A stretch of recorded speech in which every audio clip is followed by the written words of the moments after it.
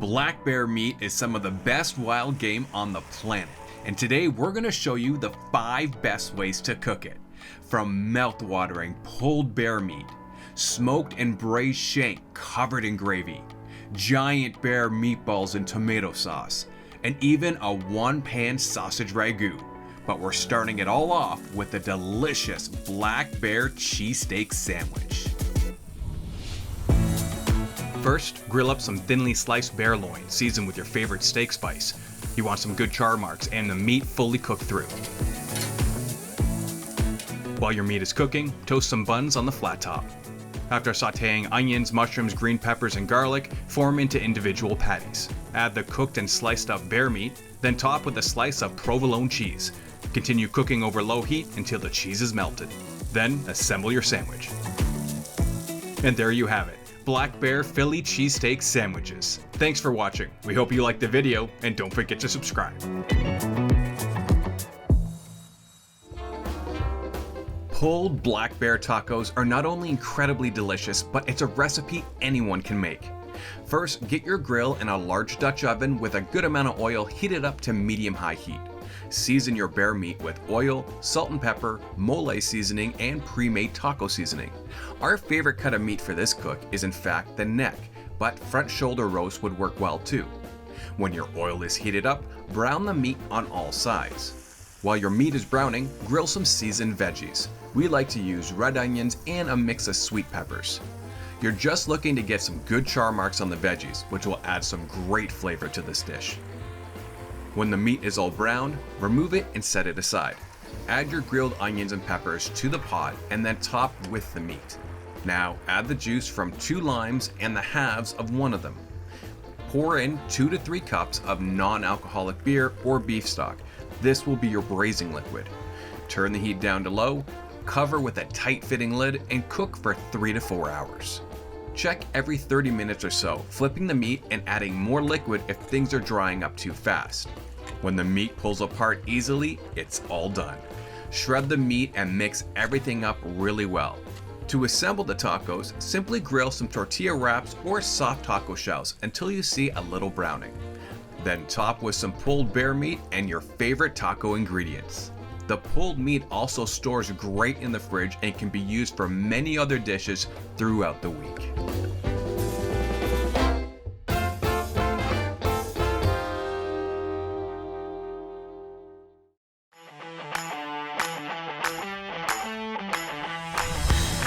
Today, we're going to show you how to make one of the best showstopper meals as we cook a whole bear shank, also known as Thor's hammer. First step is to fill your smoker with your favorite pellets. We're using hickory pellets today. Turn your smoker on and set the temp to 220 degrees and adjust the smoke level to 5. As the smoker is coming up to temp, add some butcher string to your shank, just so everything stays together and cooks evenly. The shank comes from the lower part of the legs. This cut is often overlooked or thought of as way too tough to eat, but when cooked right, it actually becomes one of the most tender cuts of meat off the whole animal. Season your shank with your favorite rub. We're using a Beijing barbecue blend for this cook, but use whatever you like. Rub it in well so the whole shank is coated.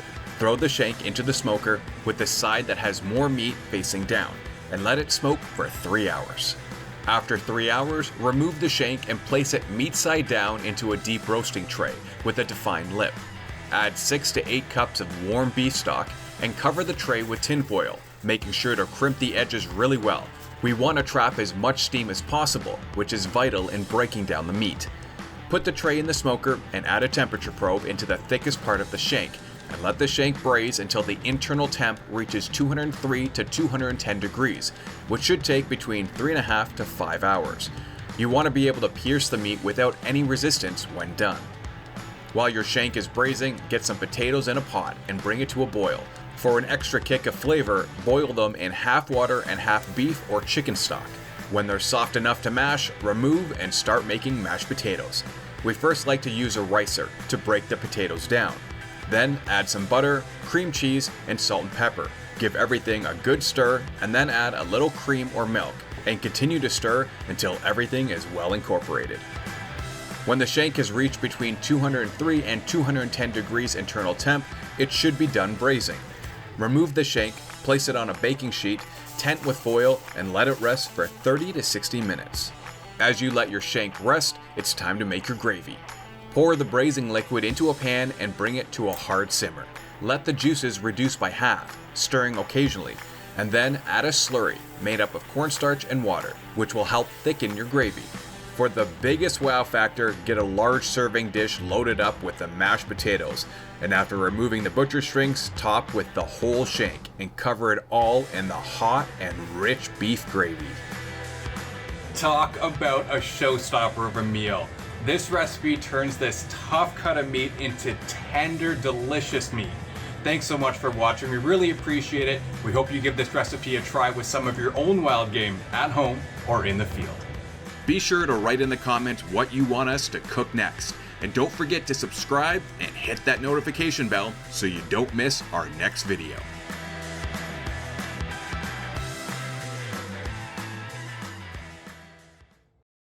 Hey folks, in this video, we're gonna show you how to make the perfect meal to share with your family and friends as we cook giant bear meatballs. Set up your grinder with the large size holes, somewhere around 1/4 inch, and then start grinding your meat. After it all passes through once, we like to run it through one more time. This will help break down all the connective tissue properly. Now that we have everything ground, it's time to make our meatballs. We have all the ingredients laid out here on the table. We have about 1.5 pounds to 2 pounds of ground bear, 1.5 cups of panko breadcrumbs, which will make the meatballs nice and light, some extra virgin olive oil, a couple eggs, some milk, and some ricotta cheese, which will both add some nice fat, some grana padano cheese, you could also use Parmesan here, and then finally some garlic powder, sweet paprika, kosher salt, and some black pepper. Now grab a large mixing bowl and combine all these ingredients and mix well. We're looking to create a wet mixture here. Wetting your breadcrumbs before adding them to the meat will help give the meatballs moisture, whereas if you just added dry breadcrumbs to the meat, it would actually draw moisture out of the balls. It's also important to mix all the ingredients before the meat is added so you don't overwork the meat, which can result in tough meatballs. When everything is mixed up, add 1/4 of the meat to the bowl and combine well. This step just helps distribute all the ingredients more evenly without overmixing the whole batch of meat.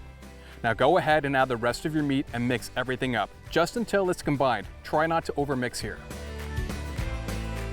Grab a large sheet pan and put a good amount of oil down. We're just going to use this to hold the meatballs before cooking, but we don't want them to stick. The oil will also help creating a crunchy exterior when cooking. Get your hands nicely covered in oil and start rolling your balls out. We're looking to form balls that are fairly big, somewhere around the size of a hard ball. You should end up with about 6 to 8 balls.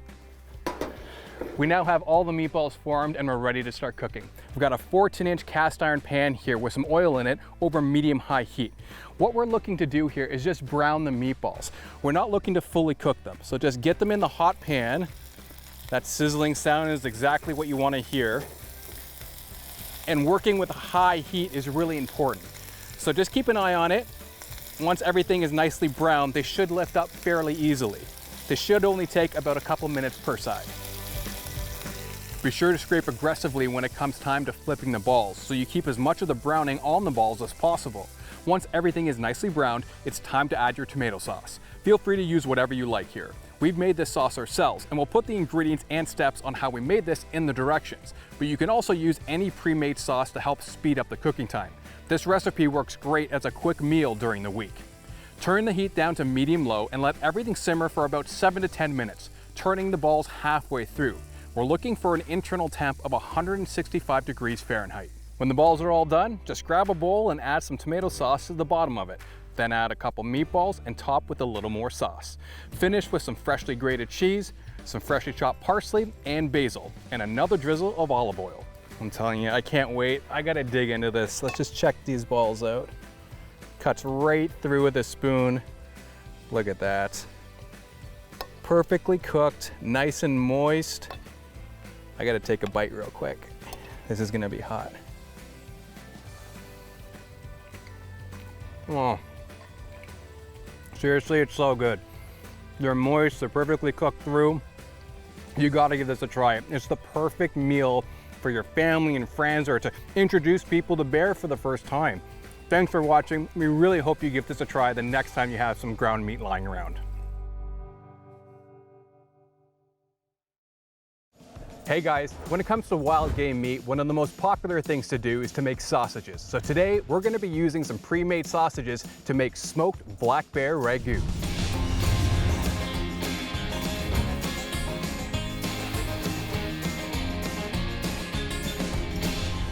When it comes to making wild game sausages, some of the best meat you can use is black bear. Black bear generally has a little bit more fat content than your average wild game like venison.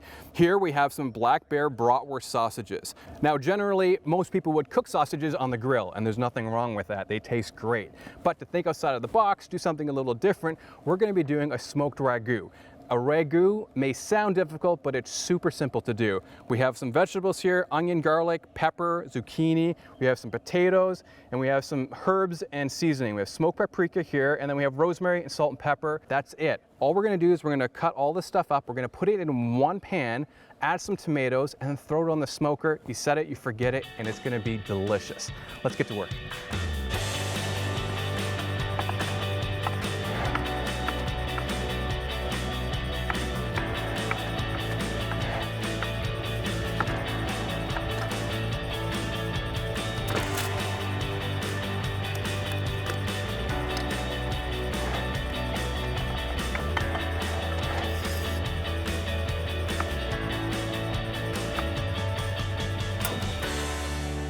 So we got all the vegetables cut up, and what I'm gonna do now is gonna add a little bit of char to the vegetables before we put all the other ingredients in. So I'm warmed up a dry cast iron pan. If I put oil in right now, it would fry it too much. So this dry cast iron pan's ready to go, and we're just gonna add in all these veggies.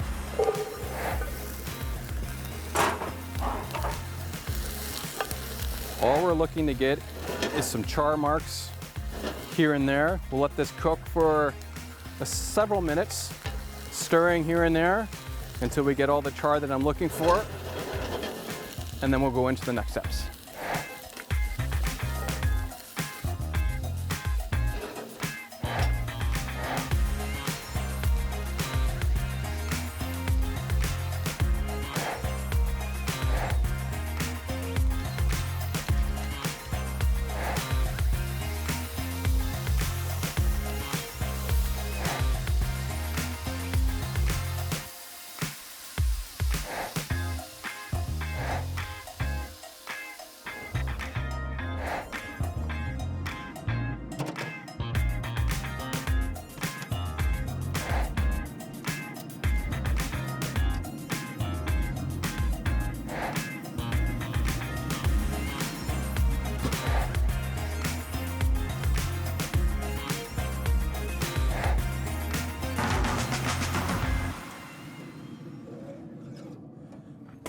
And there you have it, smoked black bear sausage ragu. All we got left now to do is plate it up and dig in.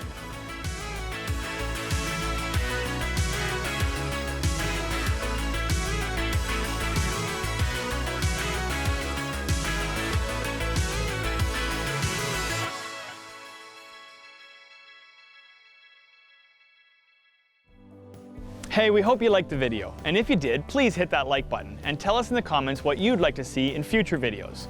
If you want to see more videos like the one you just watched, hit the subscribe button and make sure all your notifications are turned on. But don't stop there. If you want to keep up on all of our adventures across Canada, follow us on our Facebook, Instagram, and TikTok channels.